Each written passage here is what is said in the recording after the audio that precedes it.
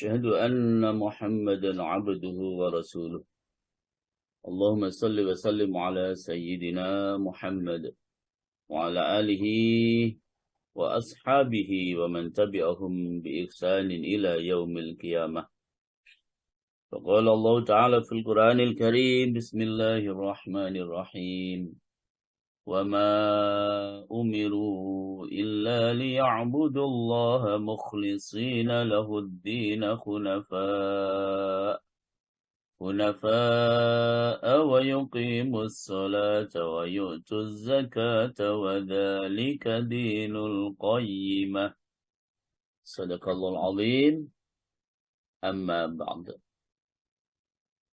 Al-Mukarram Ustaz Dr. Andes Kiai Haji Soekardi sebagai orang tua kita, guru kita yang saya muliakan, Bapak Ibu, para jamaah di mana saja Bapak Ibu berada yang saya muliakan, dan seluruh pengurus, fasilitator dalam kajian online Asy-Syifa yang saya muliakan, khususon Bunda Novida, Bapak Haji Hadi Tasmono yang alhamdulillah saat ini sudah sehat, begitu yang saya muliakan. Alhamdulillahirabbil alamin.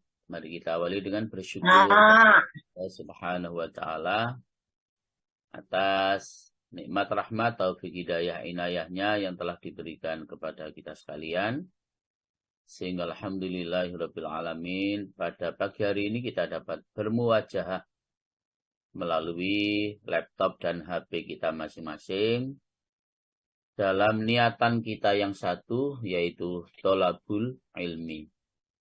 Mudah-mudahan niat kita yang ikhlas maka menjadi sebab Allah menerima amal dan ibadah yang sedang kita lakukan pada pagi hari ini khususnya, dan juga semoga amal ibadah kita yang lain-lainnya juga Bapak Ibu, semoga juga semuanya diterima oleh Allah Subhanahu wa taala. Allahumma amin ya rabbal alamin. Salawat salam senantiasa kita aturkan kepada junjungan kita Rasulullah Muhammad Sallallahu Alaihi Wasallam yang telah bersusah payah untuk menyampaikan ajaran agama Islam, agama yang diridhai oleh Allah, agama yang diterima di sisi Allah, agama yang kita cintai ini, yaitu dinul Islam. Bapak Ibu, para jamaah semuanya saja yang saya muliakan,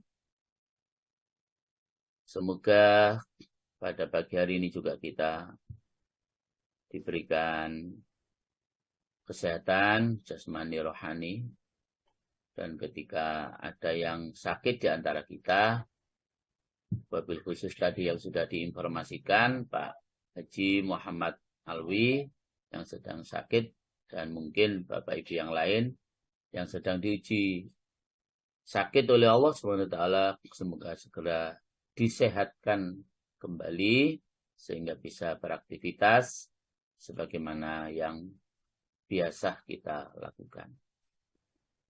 Para jamaah rahimakumullah, pagi hari ini pula kita membahas sesuatu yang sangat penting, dan bahasan kita pada pagi hari ini bahasa Jawanya gak patek umum dilakukan oleh banyak orang. Okay. Jadi karena bertentangan dengan apa-apa yang sudah biasa kita lakukan, maksudnya begitu. Yang kemudian menjadi tema besarnya kajian pada pagi hari ini adalah tercelanya kemegahan dan riya. Itu nanti bisa berkembang pada persoalan-persoalan yang lain. Okay. Jadi tercelanya jika kita ini termasyhur, tersohor, ya, terkenal, dan seterusnya, dan seterusnya. Itu memang juga nanti ada pilah-pilahnya. Tidak semua yang tersohor itu tercela, tidak semuanya. Ada yang tersohor dan terkenal itu karena memang disohorkan oleh Allah. Ya. Ditenarkan oleh Allah. Ya. Itu tidak mengapa. Jadi salah satu hamba yang ditenarkan oleh Allah, yang disohorkan oleh Allah, ya para nabi, para rasul. Itu yang mentenarkan Allah, yang mensohorkan Allah, yang memperkenalkan kepada masyarakat pada umumnya, itu adalah Allah.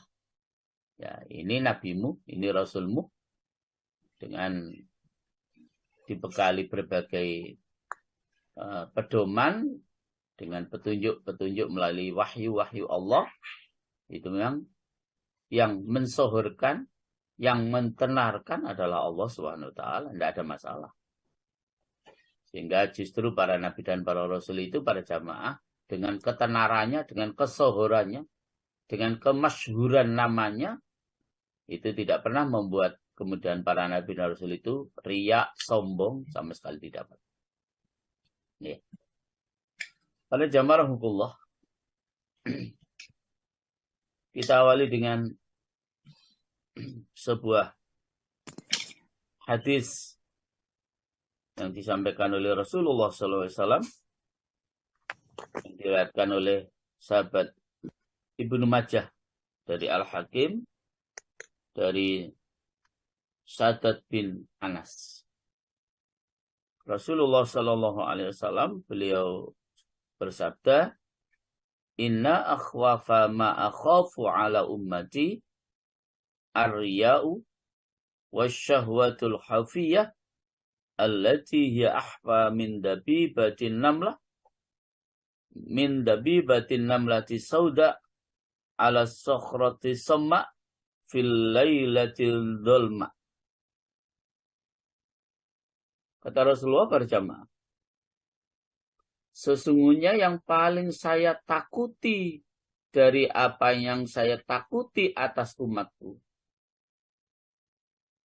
Jadi sesungguhnya yang paling saya takuti, kata Rasulullah, dari apa yang saya takuti atas umatku adalah riya. Menampakkan amal. Memamerkan amal. Itu yang sangat ditakuti oleh Rasulullah dari kita, umatnya. Dan nafsu syahwat yang tersembunyi. Jadi, nafsu syahwat yang tersembunyi.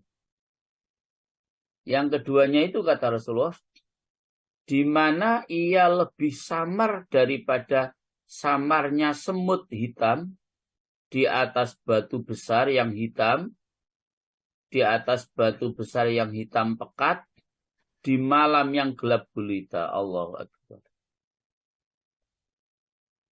Jadi, samarnya sifat riya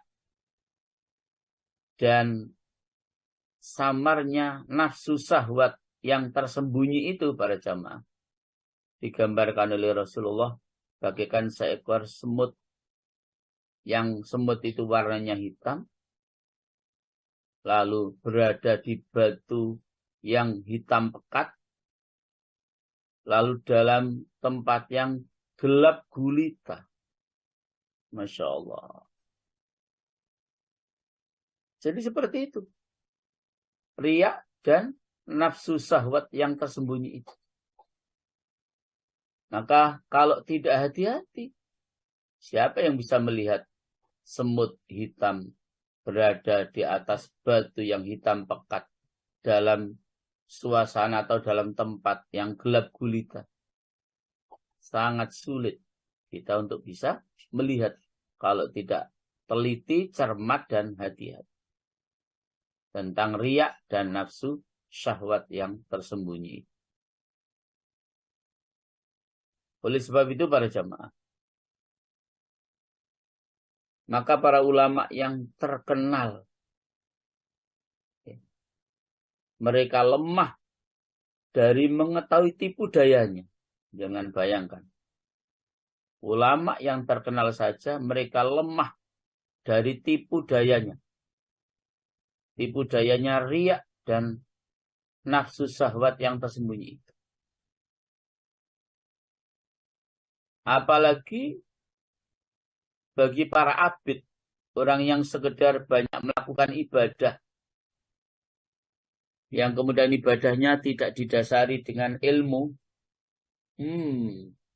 malah sangat lemah untuk menghadapi yang namanya riya dan hawa nafsu yang tersembunyi itu. Nafsu syahwat yang tersembunyi itu. Dan ini yang paling banyak di tengah-tengah kehidupan kita.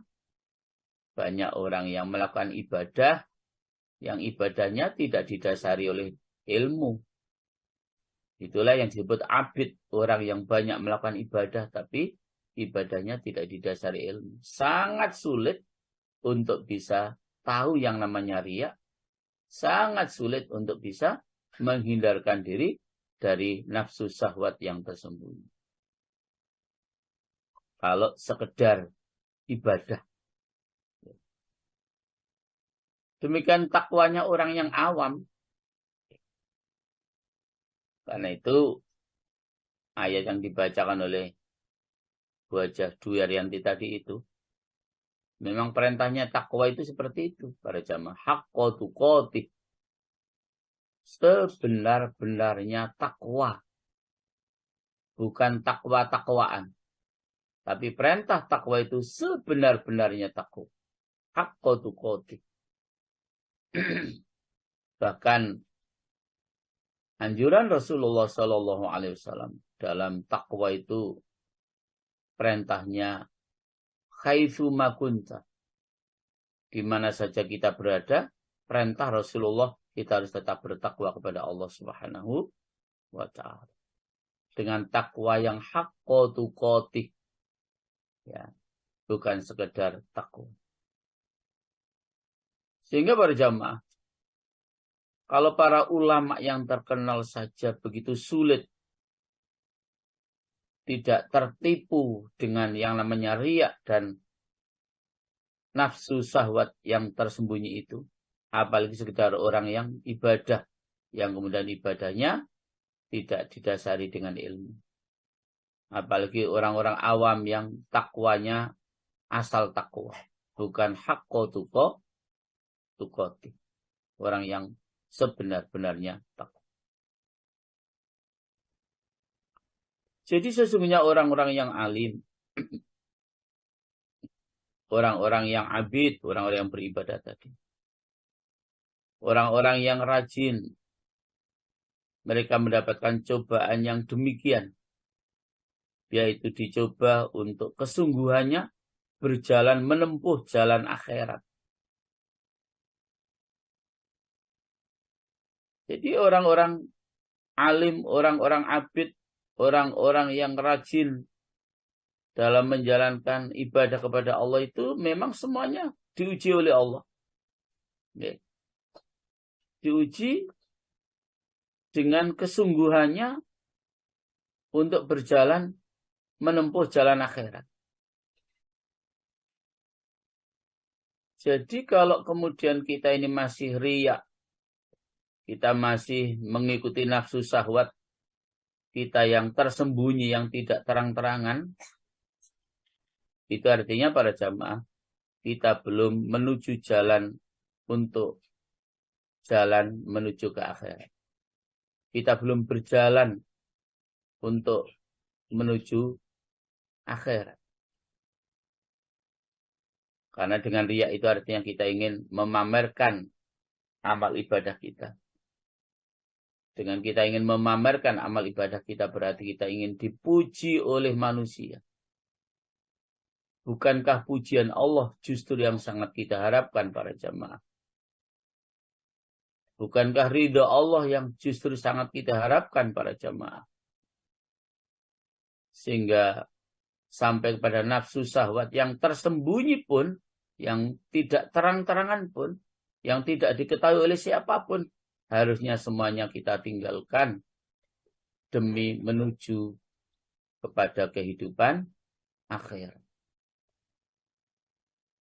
Bapak Ibu para jamaah, kalau ada yang kemudian memaksakan diri untuk bermujahadah dan memutuskan dirinya dari nafsu syahwat,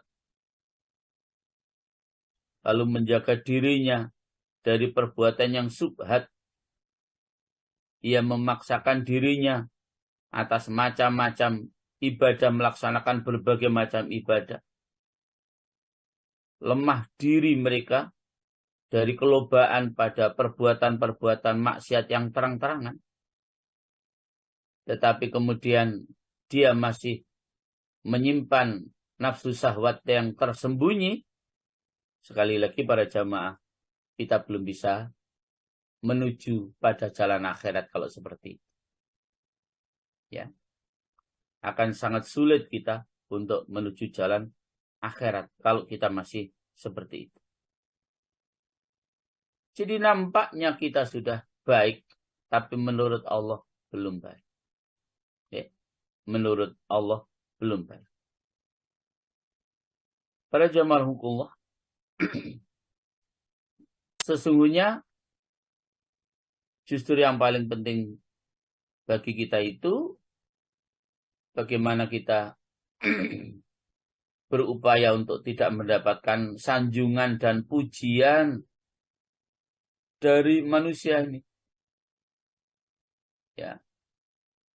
Kita harus berusaha untuk menyembunyikan diri kita, mungkin ibadah kita, mungkin kehormatan kita, agar tidak ada seorang pun yang memujinya, agar tidak ada seseorang pun yang kemudian menyanjung-nyanjung kita, yang kemudian itu menjadi sebab kita menjadi riya, menjadi timbul kesombongan, dan lain sebagainya, dan lain sebagainya. Maka para jamaah, dengan cara kita merendahkan diri, dengan cara kita mengikhlaskan dalam setiap ibadah yang kita lakukan, dengan cara kita ikhlas tidak menyimpan nafsu syahwat yang tersembunyi, dan itu memang semuanya kita tinggalkan, saat itulah para jamaah, berarti kita baru betul-betul terhindar dari sifat riya, ya, dan dari sifat kemegahan di dalam beribadah kepada Allah Subhanahu wa ta'ala. Maka para jamaah, memang tuntunannya seperti itu. Bahwa ibadah demi ibadah yang kita lakukan, amaliyah-amaliyah yang kita kerjakan, itu hanya diterima oleh Allah jika ibadah dan amaliyah itu kita laksanakan dengan penuh ikhlas, semata-mata hanya untuk mengharapkan ridha Allah Subhanahu wa ta'ala. Innallaha la yaqbalu minal amal illa ma kana lahu khalisan wa butughiya bihi wajhu. Sesungguhnya Allah Subhanahu wa ta'ala tidak akan menerima satu amal kecuali amal itu dilaksanakan dengan khalisan, penuh ikhlas, wa butughiya bihi wajhu, dan semata-mata hanya untuk mengharap ridha Allah Subhanahu wa ta'ala. Para jamaah rahimahullah, maka Fudail bin Iyad memberikan definisi keikhlasan itu sebagai berikut. Jika kita meninggalkan amal karena manusia, itu adalah riya, sebuah kesombongan. Dan jika kita mengerjakan amal karena manusia, itu adalah syirik. Ya. Jadi meninggalkan amal karena manusia adalah riya, mengerjakan amal karena manusia adalah syirik. Dan yang dinamakan ikhlas itu para jamaah, jika Allah Subhanahu wa Ta'ala menjaga diri kita dengan tidak melakukan kedua sikap tersebut. Ketika tidak beramal juga bukan karena manusia, apalagi ketika kita beramal juga bukan karena manusia. Itulah sebuah keikhlasan yang hakiki. Jamaah rahimakumullah. Sehingga kemudian kalau kita tidak beramal itu karena manusia adalah disebut riya. Dan jika kita beramal karena manusia itu disebut syirik. Dan keikhlasan itu jika Allah menjaga kita dari kedua sifat tersebut. Itulah ikhlas. Berarti jika tidak beramal juga bukan karena manusia. Jika beramal, apalagi jika beramal juga bukan karena manusia. Makanya para jamaah, kita juga diingatkan oleh Rasulullah SAW dalam sebuah hadis, man shoma yura'i faqad asyrak, wa man shalla yura'i faqad asyrak, wa man tasaddaqa yura'i faqad asyrak. Siapa yang berpuasa dengan riya, maka sesungguhnya dia telah berbuat syirik. Dan barang siapa yang sholat dengan riya, maka sesungguhnya dia telah berbuat syirik. Dan barang siapa yang bersedekah dengan riya, dia telah terjerumus dalam perbuatan syirik. Jadi ketidakikhlasan kita yang kemudian menimbulkan riya, memamerkan amal ibadah kita, itu menurut hadis tadi kita telah terjerumus dalam perbuatan syirik. Menyekutukan Allah. Harusnya ibadah itu hanya kita tujukan kepada Allah, tetapi ternyata ibadah yang kita lakukan tidak hanya kita tujukan kepada Allah, tapi juga kita tujukan kepada selain Allah. Berarti sesuatu yang kita tuju selain Allah, lalu kemudian kita bersamakan dengan Allah, berarti kita sedang berbuat syirik dalam beribadah tersebut. Dan itulah yang disebut dengan asyirkul asghar. Ya, ketidakikhlasan kita di dalam beribadah itu disebut dengan syirik yang kecil. Bahkan syirik yang sangat kecil, yang sangat samar. Sehingga digambarkan oleh Rasulullah dalam hadis tadi itu sebagaimana seekor semut hitam yang berada di atas batu hitam pekat yang dalam suasana yang gelap gulita. Amat sangat sulit bagi kita untuk bisa mengetahui tentang syirik asghar itu, riya itu, jika kita tidak betul-betul berhati-hati. Bapak Ibu para jamaah, rahimakumullah. Jadi sekali lagi, cukup bagi kita pujian Allah. Ya. Cukup bagi kita mendapatkan sanjungan Allah. Tidak perlu aktivitas apapun yang kita lakukan itu ingin mendapatkan acungan jempol dari orang lain, sama sekali tidak kita butuhkan. Yang kita inginkan adalah sanjungan Allah, pujian Allah atas keikhlasan kita di dalam beribadah kepada Allah Subhanahu wa Ta'ala. Karena itu pula para jamaah, bahwa riya atau sebuah kesombongan di dalam beribadah itu suatu penyakit yang tertanam di dalam hati kita, di mana riya itu dianalogkan sebagai jaring yang besar bagi setan-setan.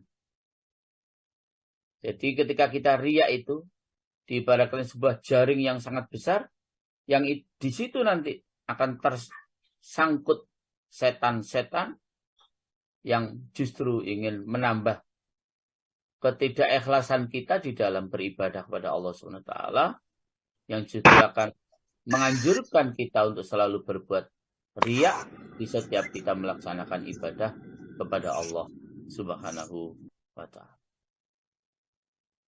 Makanya para jamaah, ada sebuah penjelasan tentang tercelanya kemasyhuran. Ya. Bukan sekedar tercelanya kemegahan, tapi tercelanya kemasyhuran. Ya. Ingin kemasyhuran dan ingin tersiarnya nama baiknya. Yang dalam bahasa lain, tercelanya ingin menjadi orang yang tenar, mencari ketenaran. Masya Allah. Bapak Ibu para jamaah, kita selalu berharap kepada Allah Subhanahu wa ta'ala agar Allah Subhanahu wa ta'ala itu selalu menganugerahkan kepada kita sekalian kebaikan demi kebaikan. Bahkan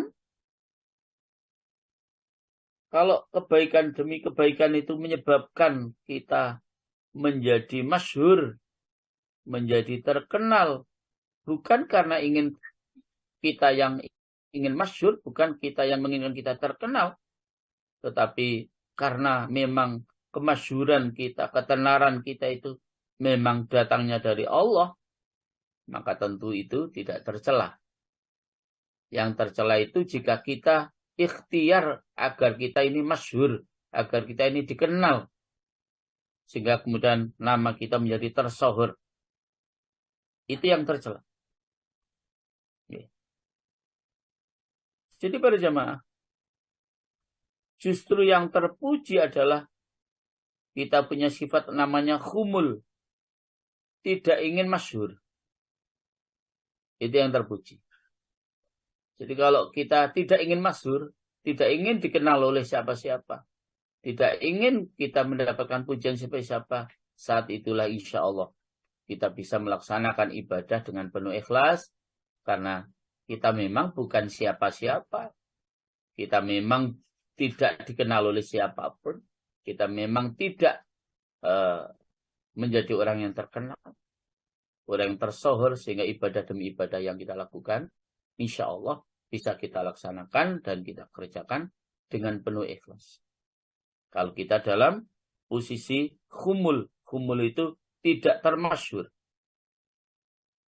Kecuali tadi yang sudah saya sampaikan, jika Allah yang menghendaki kemasyhuran untuk kita.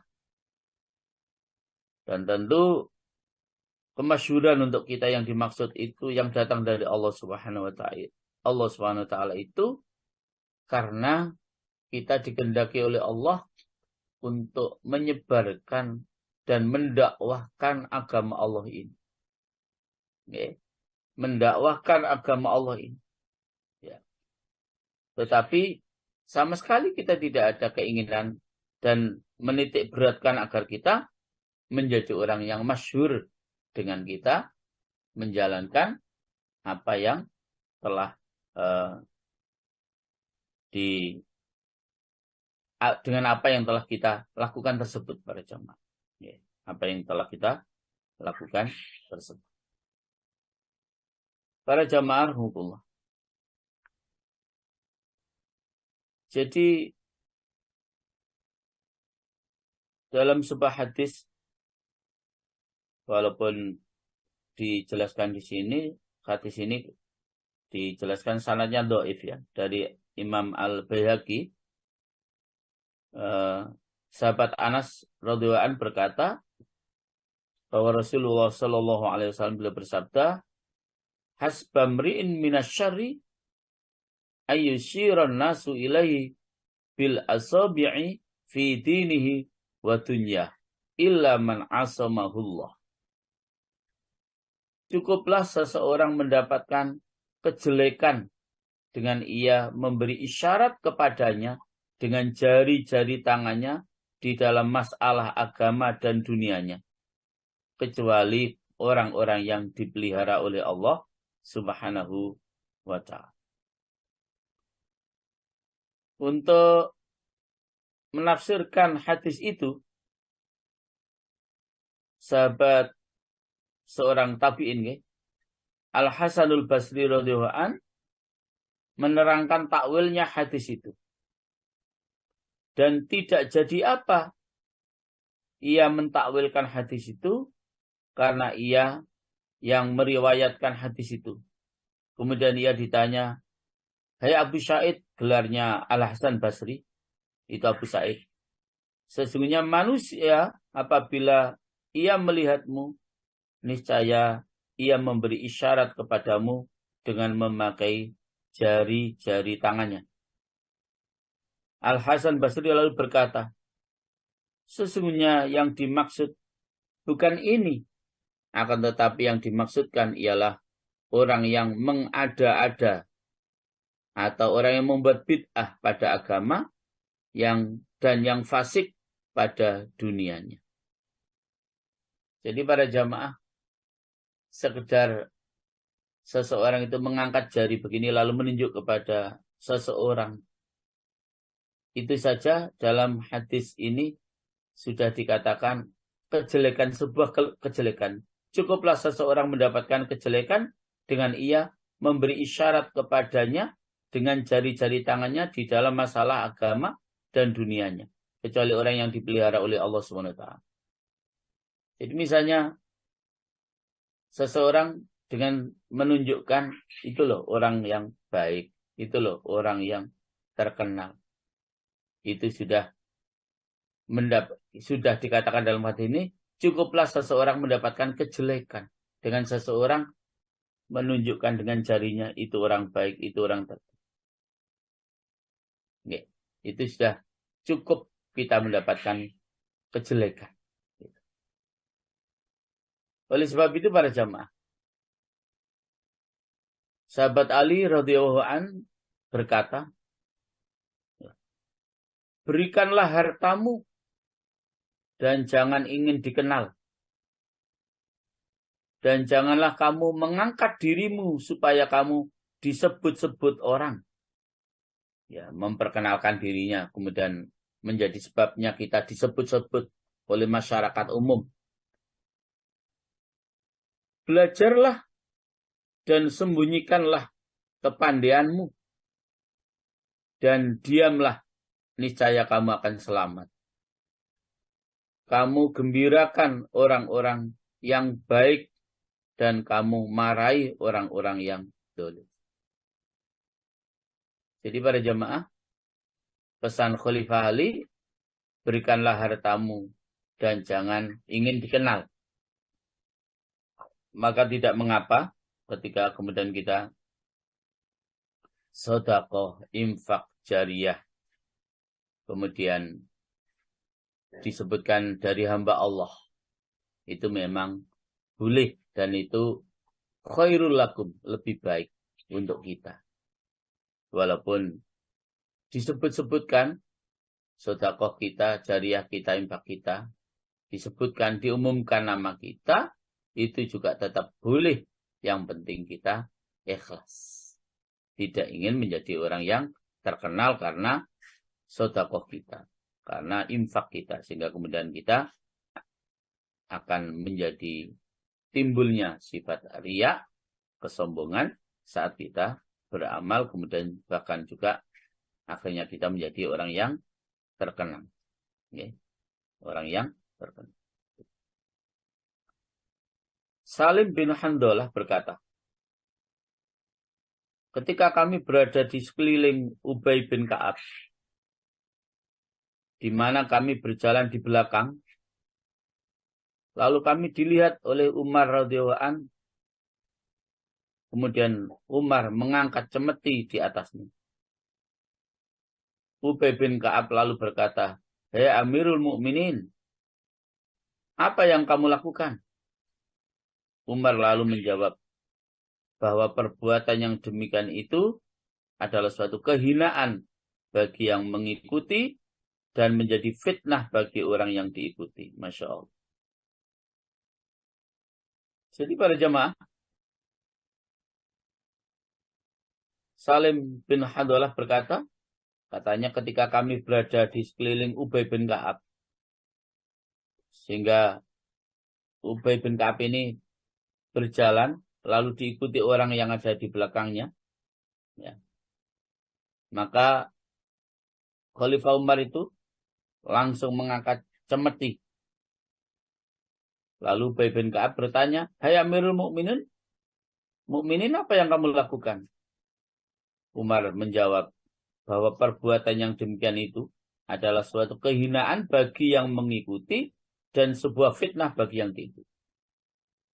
Masya Allah. Sampai sebegitunya dulu para sahabat itu menjaga keikhlasan dalam segala aktivitas yang ia lakukan para jamaah. Jadi orang yang mengikuti di belakang orang tersebut itu menjadi sebab orang yang kita ikuti itu menjadi tersohor, menjadi terkenal. Maka kita yang mengikuti di belakang orang tadi itu, kata Khalifah Umar, kita akan menjadi orang yang hina, bahkan orang yang kita ikuti itu akan menjadi fitnah. Ya, bagi orang yang diikuti itu akan menjadi fitnah. Jadi dikawal kemana-mana. Itu zaman sahabat itu tidak bisa dilakukan karena takut nanti tersohor, takut nanti menimbulkan aku kok. Ya di mana-mana ya diikuti, di mana-mana dikawal. Takutnya seperti itu para jamaah. Sehingga para jamaah sesungguhnya tidak perlu ketika kemudian saat kita duduk kemudian ada orang yang datang yang kita anggap lebih mulia dan lebih mulia, ya. Lalu kita menyambutnya dengan berdiri semuanya, sebenarnya itu sebuah kesombongan. Maka biar tidak menimbulkan kesombongan, yang duduk ya silakan tetap duduk saja. Tidak harus disambut dengan kita berdiri. Ya. Itu para jamaah yang diajarkan oleh Rasulullah, bahkan dipraktekkan juga oleh para sahabat. Kemudian para jamaah,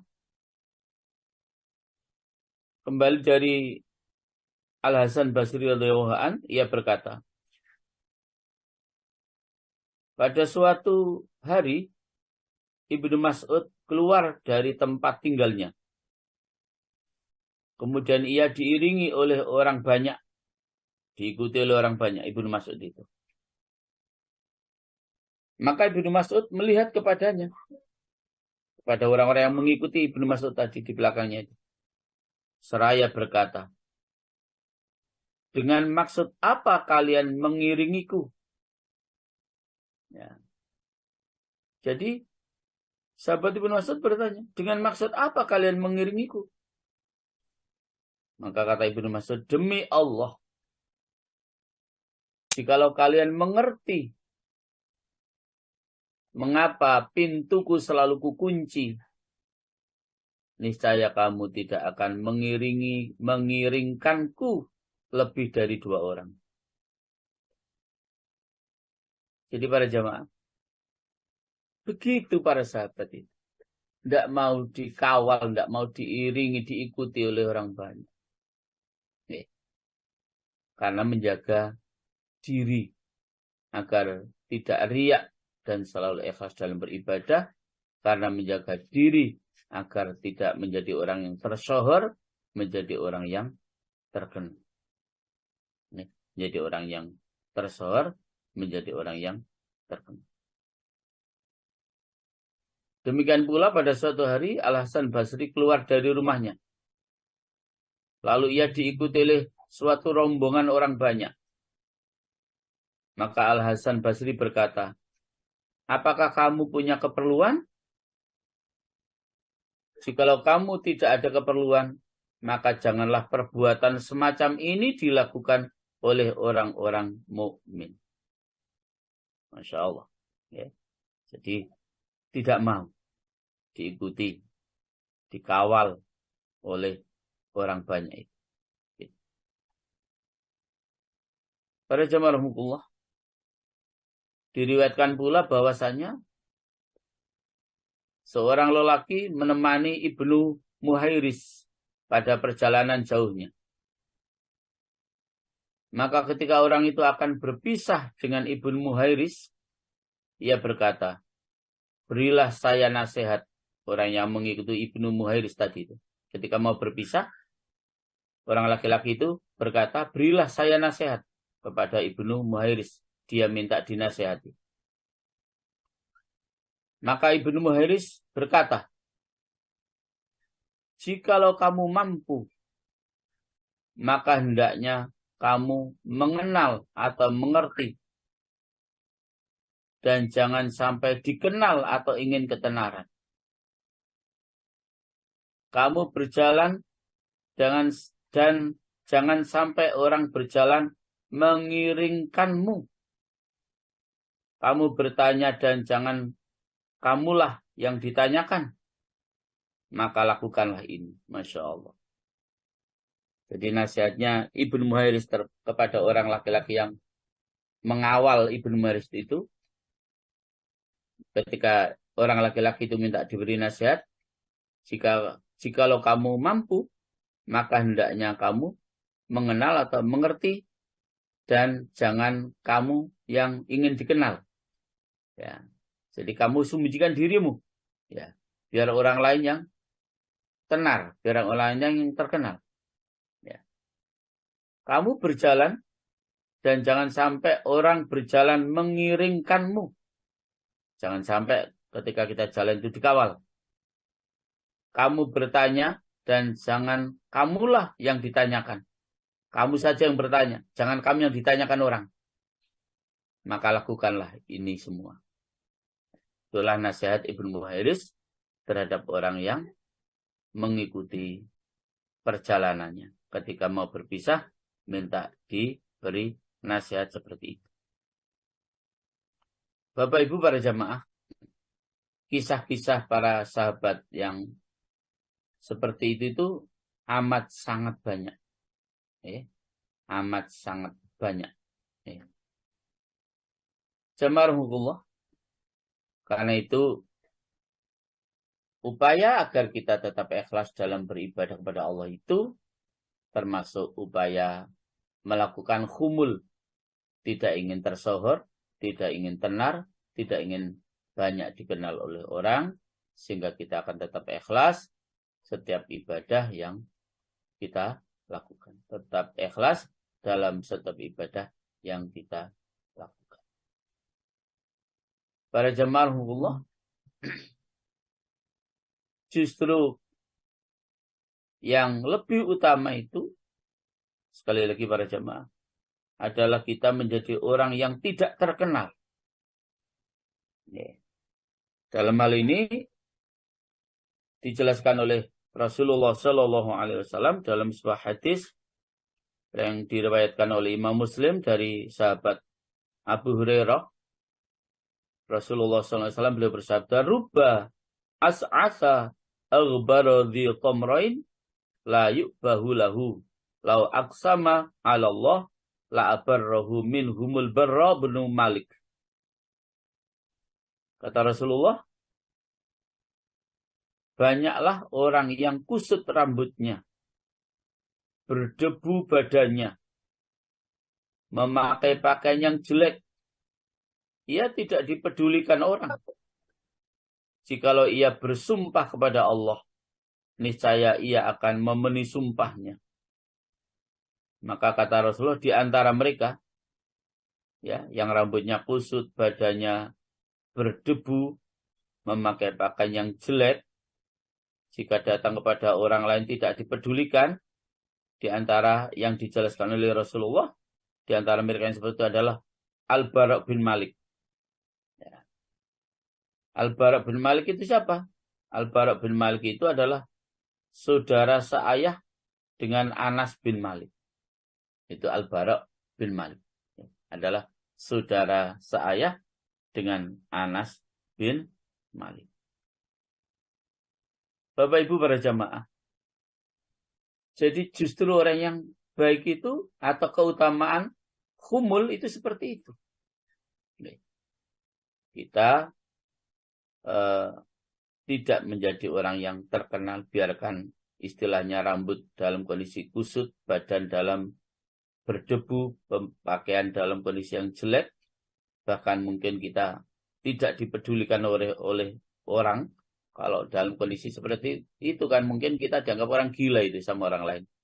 Justru orang lain akan menjauh dari diri kita, itu lebih baik daripada kita menjadi orang yang terkenal, yang menyebabkan kemudian seluruh amal dan ibadah yang kita lakukan tidak diterima oleh Allah. Na'udzubillah, summa na'udzubillah min dzalik, tidak diterimanya karena kita riya, karena timbul kesombongan pada diri kita, timbul kemegahan, timbul ketenaran, yang kemudian itu semuanya akan menjadi penghalang bagi kita untuk berjalan menuju jalan akhirat, menuju ridha Allah Subhanahu wa ta'ala.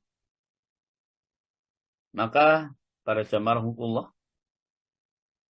sebuah hadis juga yang diriwayatkan oleh Imam Al-Bukhari dan Imam Muslim dari sahabat Harithah bin Wahab, Rasulullah SAW beliau dawuh, ala adullukum ala ahlil jannah kullu du'aifin mustad'af law aqsama 'ala Allahi la abarrahu wa ahlun nar kullu mutakabbirin mustakbirin jawad. Masya Allah. Ini petunjuk luar biasa para jamaah. Ya. Kata Rasulullah para jamaah, maukah aku tunjukkan kepadamu penduduk surga? Kata Rasulullah, yaitu setiap orang yang lemah dan setiap orang yang dipandang lemah. Orang yang gak direken orang lah. Orang yang tidak dianggap oleh orang lain. Itulah penduduk surga. Orang yang lemah dan setiap orang yang dipandang lemah. Jikalau ia bersumpah kepada Allah, niscaya ia memenuhi sumpahnya. Dan penduduk neraka. Siapa penduduk neraka itu? Adalah orang-orang yang sombong dan dipandang sombong, yang angkuh segala gerak-geriknya. Masya Allah. Ya. Jadi memang yang menyebabkan iblis terusir dari surga dan akhirnya nanti semuanya masuk neraka itu kan karena kesombongannya. Ya. Ketika diperintahkan oleh Allah untuk sujud di hadapan malaikat, di hadapan Nabiullah Adam alaihissalam, sebagai sujud penghormatan, bukan sujud penyembahan dan pengabdian, justru dia mengatakan ana khairum min. Itu menunjukkan kesombongannya. Saya kan lebih baik daripada dia, ya Allah. Maka karena kesombongannya itulah Allah usir iblis itu dari surga menuju ke neraka. Karena itu para jamaah, iblis selalu mencari dan mencari bolo, ya, mencari teman sebanyak-banyaknya, ya, agar mereka nanti tidak sendirian di dalam neraka, ya, sehingga dia mencari teman sebanyaknya. Siapa di antara yang akan menjadi teman iblis di dalam neraka? Adalah kullu mutakabbirin mustakbirin jawad. Setiap orang yang sombong dan dipandang sombong, yang angkuh segala gerak-geriknya. Itulah temannya iblis nanti di neraka karena sebuah kesombong. Jadi kita sudah tahu para jamaah, ciri calon penduduk surga adalah setiap orang yang lemah dan setiap orang yang dipandang lemah. Ya. Dan demikian ciri calon penduduk neraka adalah setiap orang yang sombong dan dipandang sombong oleh orang lain, bahkan angkuh segala gerak-geriknya. Itulah calon penduduk neraka. Bapak Ibu, para jamaah rahimakumullah. Akhirnya sampai pada hadis yang terakhir, yang diriwayatkan oleh Imam At-Tabrani dari Sauban dengan sanad yang sahih. Rasulullah sallallahu alaihi wasallam beliau bersabda, "Inna min ummati man law atahadakum yas'aluhu dinaron lam yu'ti iya. Walau sa'alahu dirhaman lam yu'ti iya. Walau sa'alahu fulusan lam yu'ti iya. Walau sa'alallahul jannata la'atahu iyaha. Walau sa'alahu dunya lam yu'tihi iyaha. Wa ma mana'aha iyahu illa lihawaniha alaihi rubbadi tamroni la yu'bahu lahu lau qasama alallahi la abar."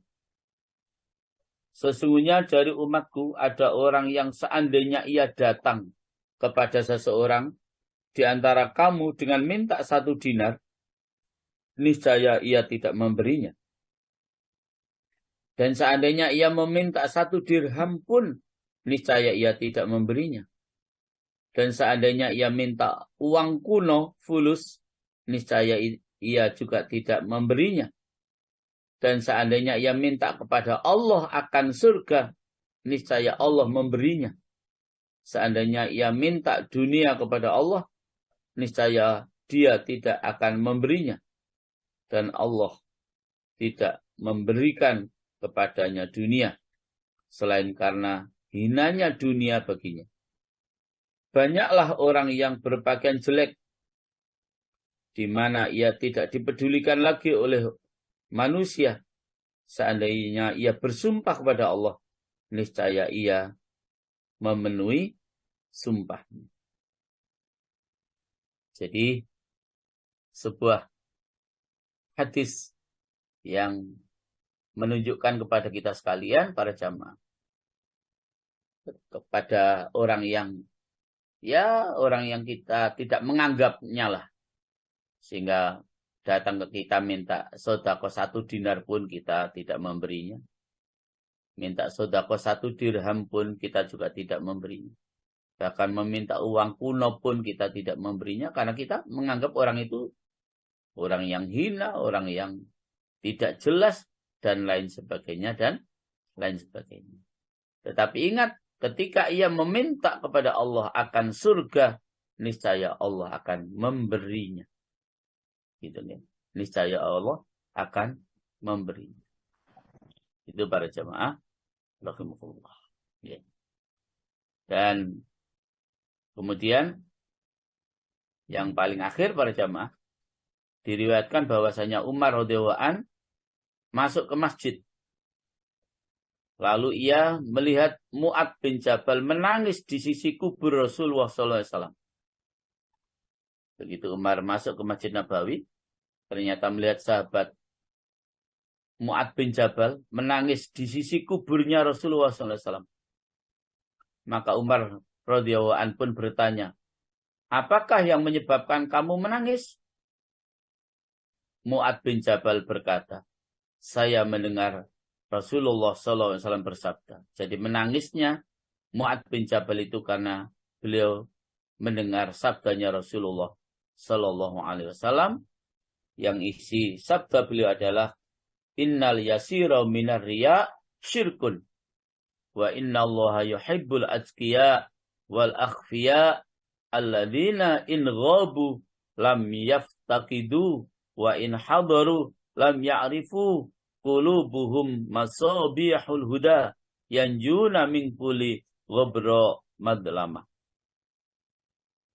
Kata sahabat Mu'ad bin Jabal ketika ditanya oleh Umar bin Khattab, "Kenapa kamu menangis di sisi kubur Rasulullah?"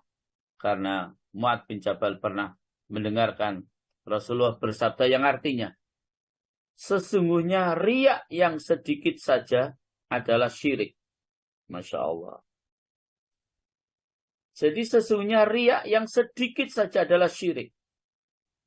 Dan sesungguhnya Allah mencintai orang-orang yang takwa, yang menyembunyikan amal perbuatannya.